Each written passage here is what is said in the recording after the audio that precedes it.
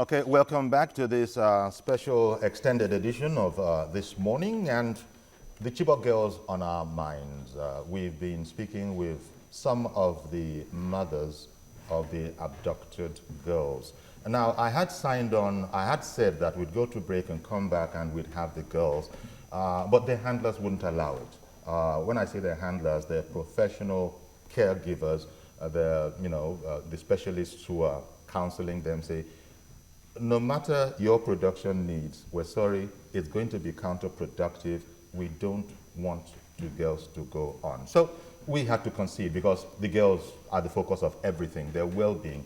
So we said, okay, if you think in your best judgment that the girls shouldn't come on, so be it. We're not going to do anything to interfere with their treatment. But we have brought on one more mother of the abducted girls, and she's on my right, immediate right, Esther Yakubu. Yes. Esther Yakubu is 40. She's the mother of Dorcas, who is abducted, who hasn't come back yet, and Dorcas is one of 5 children. Our sympathies, and I identify with you. We identify with you. Very much along the lines. Tell us. We can imagine it, being parents ourselves. But it's one thing to imagine, it's another thing to go through it. Can you share with us what you must have been going through? Really, I've been going through pains. Pains inside me that I'm alone, feel it and knows it. Because I miss my baby. I didn't expect such. I have never thought of such. Dorcas, your baby, is the first of your 5 children. She's the first. She's the first. And she just went to school. And how did you hear the horrible news that something has happened at the girls' secondary school, and I'm afraid Dorcas is one of them or whatever? How did it come to you? No, on that 14th, we don't have any idea of these people coming. So we at home around past 11, and we just had gunshots. After then, we just leave the house and went to a hidden place. When we are in the hidden place, we just see fire. Then I said, this fire, maybe they will burn the school because they used to attack schools. So early in the morning, we just rushed down to school. By reaching there, no girls found in the hostel. I was confused then. I was surprised. I don't know how to express how I feel that day. Because if I will have feathers to flee away from that place so that I will not hear that news or the kidnapped girls, it will be all right for me. But unfortunately, I feel that pain inside me up to today. I have all sleepless nights. I can't eat. I don't have appetite at all. Because we miss a lot, really. And then some people are thinking that not everybody, not the majority, but some people are saying that maybe the girls were not really kidnapped. Maybe this is all politics. Those that say that these girls are not kidnapped, they don't have concern about us. That's where we people of Chibok say that we don't have anybody. It's only God we are focusing. If not, how we will lie? You have Nigerians. How we will lie that our daughters are kidnapped when they are not kidnapped? How will you feel if you are in my shoes? You are a father. You have a daughter. No one that will give birth to a child and say that he don't love that child. Then how will I come out to the public and say that my daughter is kidnapped when she's not kidnapped? Why will I say that? Am I a wicked mother? If I don't want her, I will not give birth to her. Because of the love I have for her. And child is a gift from God. It's not everybody that will have children because God gives children to those he wants to. If it's because of money that you go to market and buy children, who are we? We will not even have even one, took less of 5. It's a gift of God. But coming out and say that it's not true, we only say that they kidnapped them, they are not kidnapped. Honestly, I'm not happy, for I am concerned. If that particular person, I will have the chance to meet that person face to face, I have something inside me that I want to share with that person. With such a person who is saying that these girls were not kidnapped. You are Mommy Dorcas. How does Daddy Dorcas feel about all of this?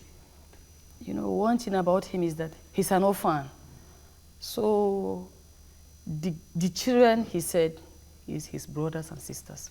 So he loved her very much because he even used to back her as grown up as she is because he liked his children.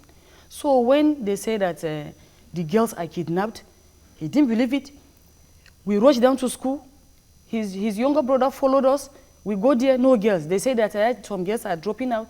They are coming on the road. Say they try to assist. So they went down to the nearby villages, the way the people took them to. Say they followed that road. But unfortunately, no girls. Up to today, he will not have time to spend at least 5 to 10 minutes at home. Because anytime he come back and see the other ones, he did not see the girl that is missing. He don't feel at home. He just spend almost all day outside because he have that pain in him.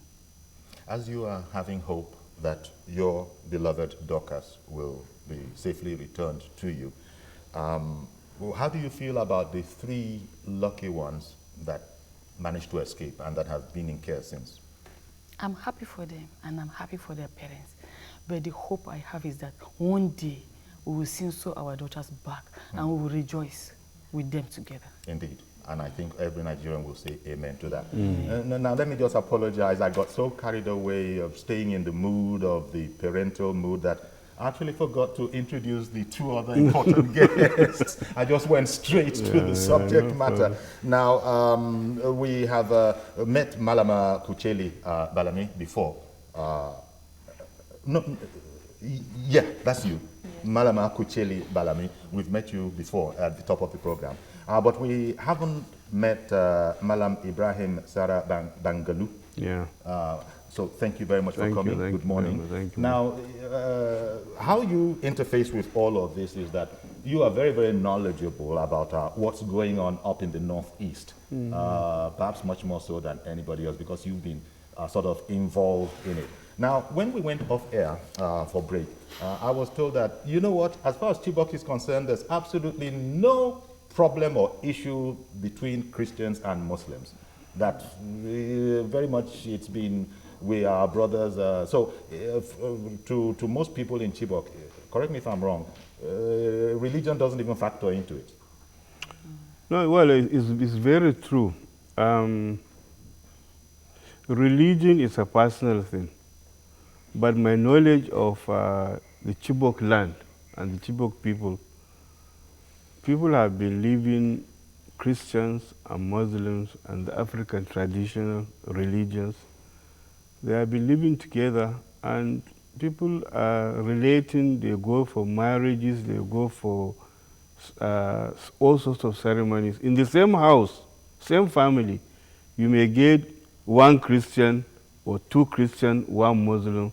In other family, you may have 8 Christians, 1 Muslim, and they may even become from the same parents, and there is no problem. And so now when you are talking about religion in Chibok land, it's a strange thing. Really, it's a strange thing. It's a new phenomenon, and I believe that it is something that has been imported, but the impact has not yet been there. So it's like the Chibok people, you're saying, are not buying into that whole religion thing. Religion issue is not the issue. There's no issue of religious differences. People are together. Now, understandably out there, we've got to apologize to you too. The phones have been going, but you probably can understand that it's better for us to seize this once, well, if not once in a lifetime, this very, very rare opportunity to hear directly from the participants. So we haven't been able to pick up the phones, but let's see what we can do now. Is anybody on the line there? Yes, hello? Okay, hello, good morning. Good morning, Good morning, sir. Yeah. I have just 2 or 3 more minutes to go. I've been holding up for a long time. I'm sorry. I think you are doing a wonderful job this morning. You're too kind. Thank you I very much. send my apology to all those women in the house. Because what they are going through now as a father, I have a daughter. The way they are speaking to the last interview, I was so scared. I don't know what's happening in this country. But I think God will be with them. By the grace of God, all the girls will be back, inshallah. About the government, I think they have to do something fast. Because the lady are there now, we don't know what they are going through. They are going through a lot of things in that place. because of their welfare. If these people come back, that is my problem now. Especially the community and the environment they are living. How are they going to receive them? That was a big issue in the Nigerian society. But the pastor that left, he has been doing a wonderful job. I heard about it for the past 4 weeks, where he's been running up all those women, and God will continue to bless him. God will continue to break with Nigeria. Inshallah, Nigeria will not break up by the grace of God. And God bless Nigeria. Thank you very much for calling in. And I'm afraid you understand out there. I would have liked to take all the calls that we could get, but we have run out of time. And well, this was just the way I had to do it. I apologize if I did wrong. I would have loved to take your calls. But Malama Kucheli, I want to thank you also, especially, of the Gabasawa Women and Children's Empowerment Initiative, because you talked about your NGO.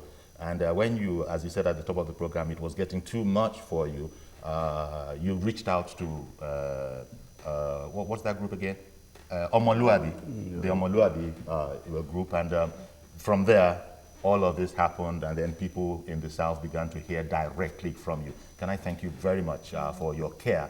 And we all identify with that care, and we hope that everything will come out right in the end. I want to thank you very much, Esther Yakubu, mother of Dorcas, and all Nigerians are praying for you. Now, tomorrow, and we also, thank you mothers, all you mothers that have come on this broadcast. We thank you as well, and we pray that your daughters will be returned to you safe and sound.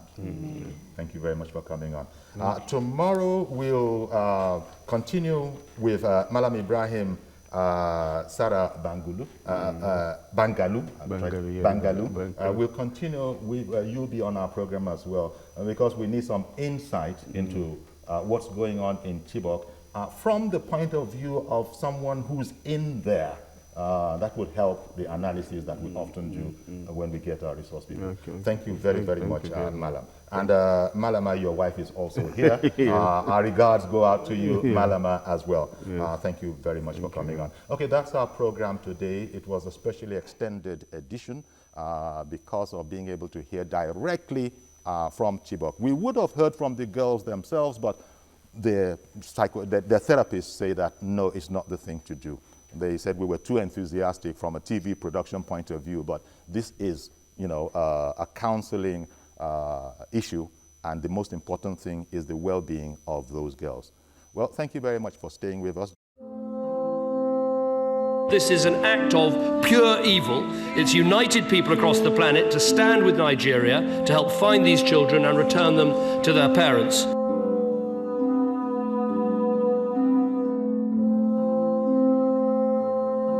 We are going to do everything we can to assist Nigeria in their efforts to find and free those young women. We should be clear, this is not just a Nigerian issue, it is a global issue. There are extreme Islamists around our world who are against education, against progress, against equality, and we must fight them and take them on wherever they are. Bring back our girls.